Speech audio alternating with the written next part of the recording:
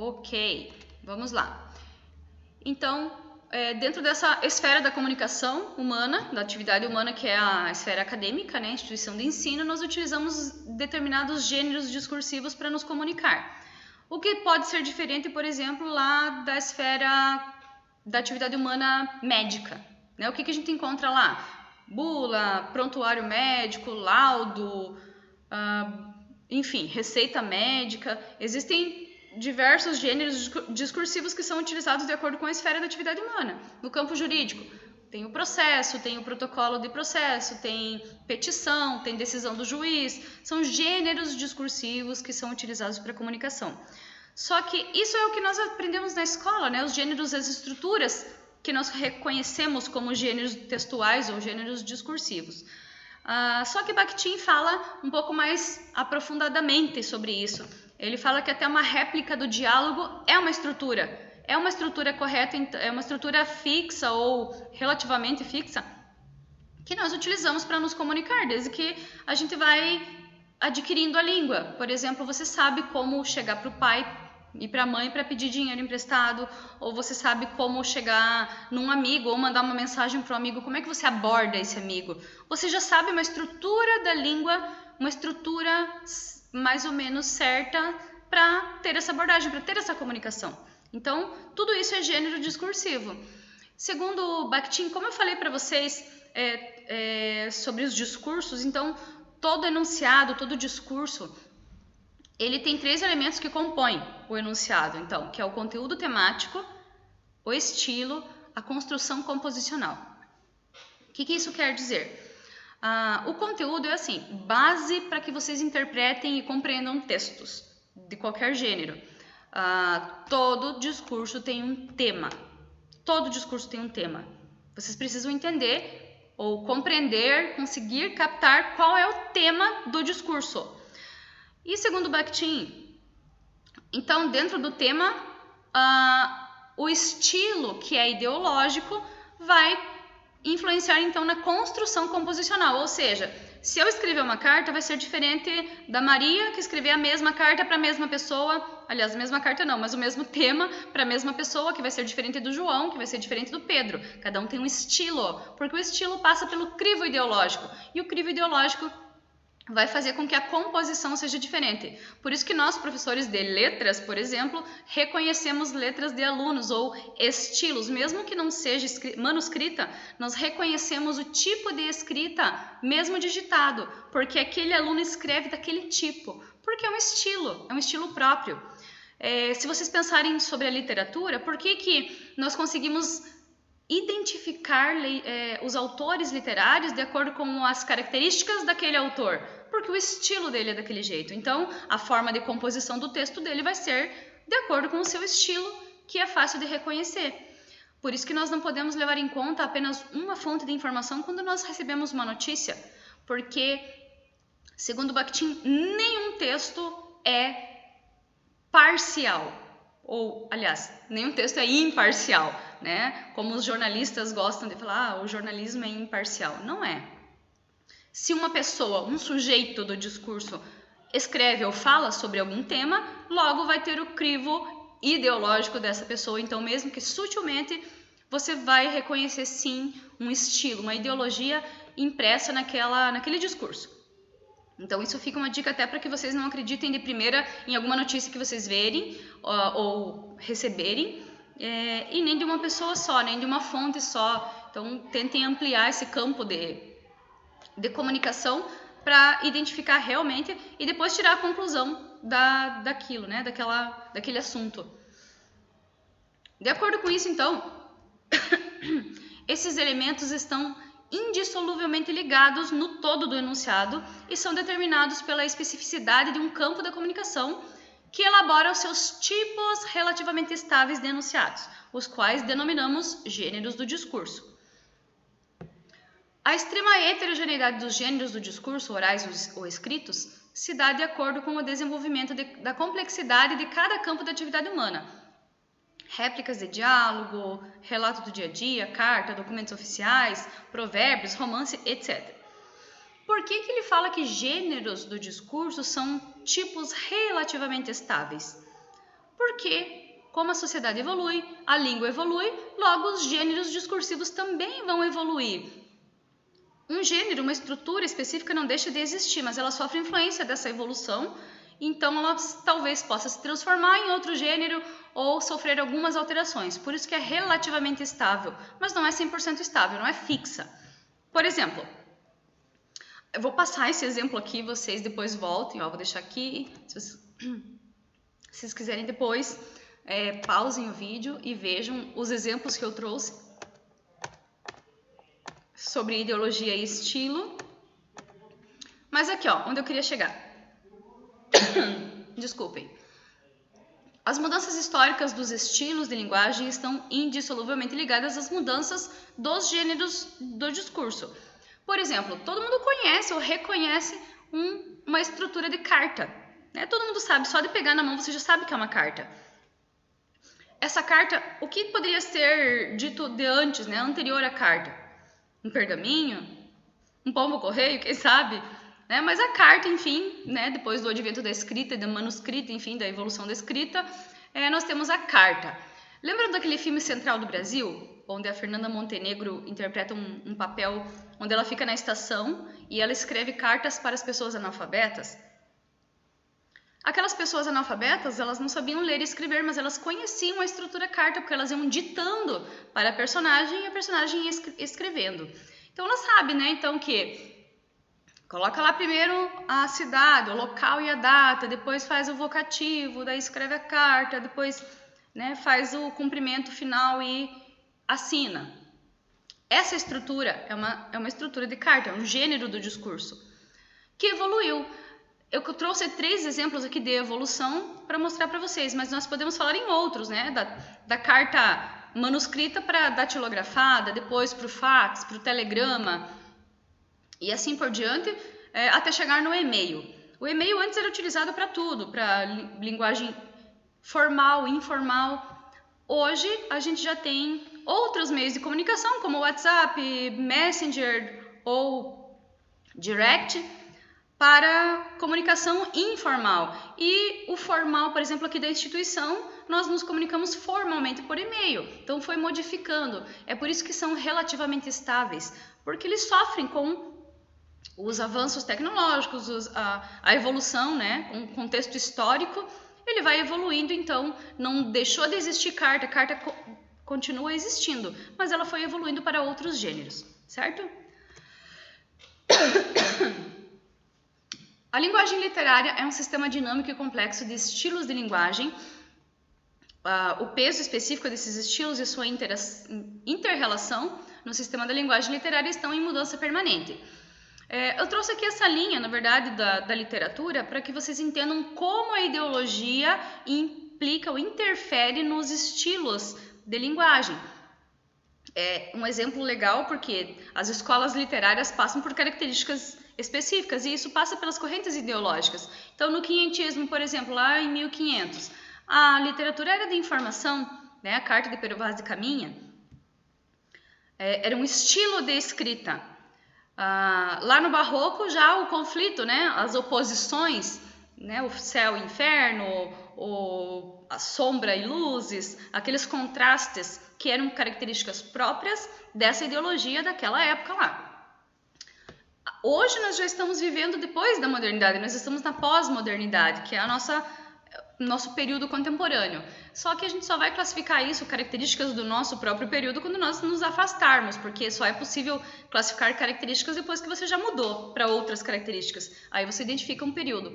Mas vejam como os romances, os estilos de poemas, as artes desses períodos se modificaram de acordo com a ideologia. Então, os gêneros discursivos também passam por essa evolução e por isso eles são relativamente estáveis e não são estáveis, certo? Segundo Bakhtin, cada enunciado é um elo na corrente complexamente organizada de outros enunciados. Como eu havia falado em aulas anteriores para vocês, o Bakhtin ele fala que os nossos discursos não são nossos propriamente dito, né? No momento que nós adquirimos a língua, nós ouvimos discursos dos outros. Nós ouvimos a mãe falar, o pai falar, os irmãos ou quem está à nossa volta. E com esses discursos alheios, né, dos outros, nós então formamos o nosso discurso e começamos a criar nosso discurso. E o nosso discurso vai ser referência, vai ser um elo na comunicação para outros discursos mais para frente. Até quando nós vamos estudar, por exemplo, quando vocês pegam uma teoria para estudar específica da área de vocês, aquela teoria pode ter sido escrita por uma pessoa que já morreu, mas ela ainda está ressoando na sociedade hoje e influenciando a ideologia, o pensamento de vocês, logo vai influenciar nos discursos. Bakhtin usa a analogia do Adão bíblico, né? Ele fala que, a não ser o Adão bíblico que foi, né, que recebeu a linguagem pronta, todos os outros indivíduos da sociedade, né, os sujeitos do discurso, vão utilizando os discursos dos outros. Por isso que todos os professores falam, leiam, tenham referências. Quanto mais referências de leitura, de viagens, referências culturais nós tivermos, mais nós dominamos os gêneros do discurso e melhor a comunicação, melhor criticidade nós teremos para resolver as coisas da vida, né, no modo geral, tanto pessoal quanto profissional. Bakhtin fala que se os gêneros do discurso não existissem e nós não os dominássemos, se tivéssemos de criá-los pela primeira vez no processo do discurso e de construir livremente pela primeira vez cada enunciado, a comunicação seria impossível. Isso eu acredito que estava inclusive na APS passada, né, sobre os gêneros textuais. Então, assim, se cada vez a gente tivesse que criar uma estrutura, um modelo novo a cada ato de comunicação, seria impossível, porque nós já usamos modelos próprios, modelos que já existem e que a gente nem pensa, é inconsciente, né? Nós já utilizamos por meio da linguagem, por meio da nossa comunicação, nós encaixamos os nossos enunciados em gêneros discursivos específicos, que a gente não precisa criar. Se fosse, né, se tivesse que criar, não seria possível a comunicação. Outra evolução da linguagem, né, é a famosa palavra você, né, que começou com vossa mercê, depois vossa mercê, vós mercê, você, se, vc. Hoje em dia a gente já está se comunicando apenas com o C, né, com a letra C. E aí um outro regionalismo, então variação linguística nesse caso, o vós mercê, vossum se, vassum se, mercê, vancê, vacê, você e o C, né? Também um outro exemplo de evolução da linguagem que vem então com a história da humanidade, né? Todo discurso tem uma intenção discursiva, ou ainda como o Bakhtin fala, vontade discursiva, ou seja, cada ato de comunicação tem uma intenção. Por exemplo, eu estou aqui usando o gênero aula gravada, enfim, uma videoaula, com a intenção discursiva de ensinar a vocês sobre os descentramentos, sobre as convergências e sobre os gêneros do discurso. Então, a minha intenção discursiva, a minha vontade discursiva é que vocês aprendam sobre isso.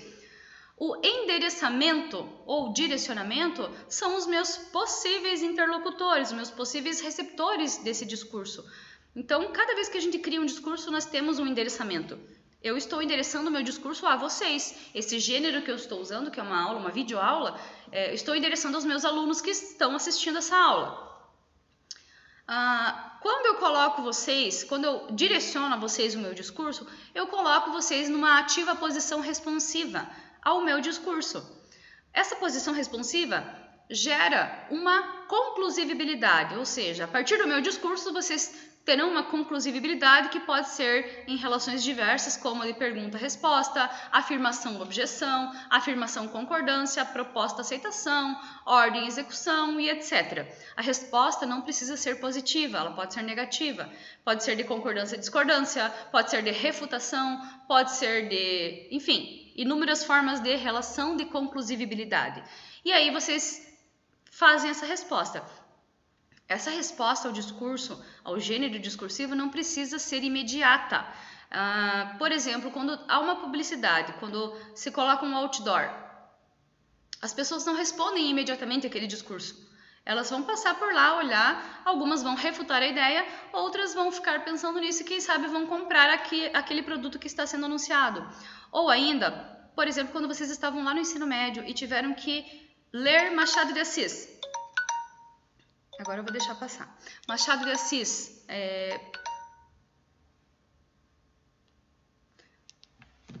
Memórias Póstumas de Brás Cubas. Aquele discurso foi escrito por Machado de Assis lá no século dele, lá na época dele, no período literário do realismo. Ele ainda está ressoando nos discursos de hoje, nas pessoas, nos sujeitos de hoje. Ele ainda está colocando os leitores numa ativa posição responsiva.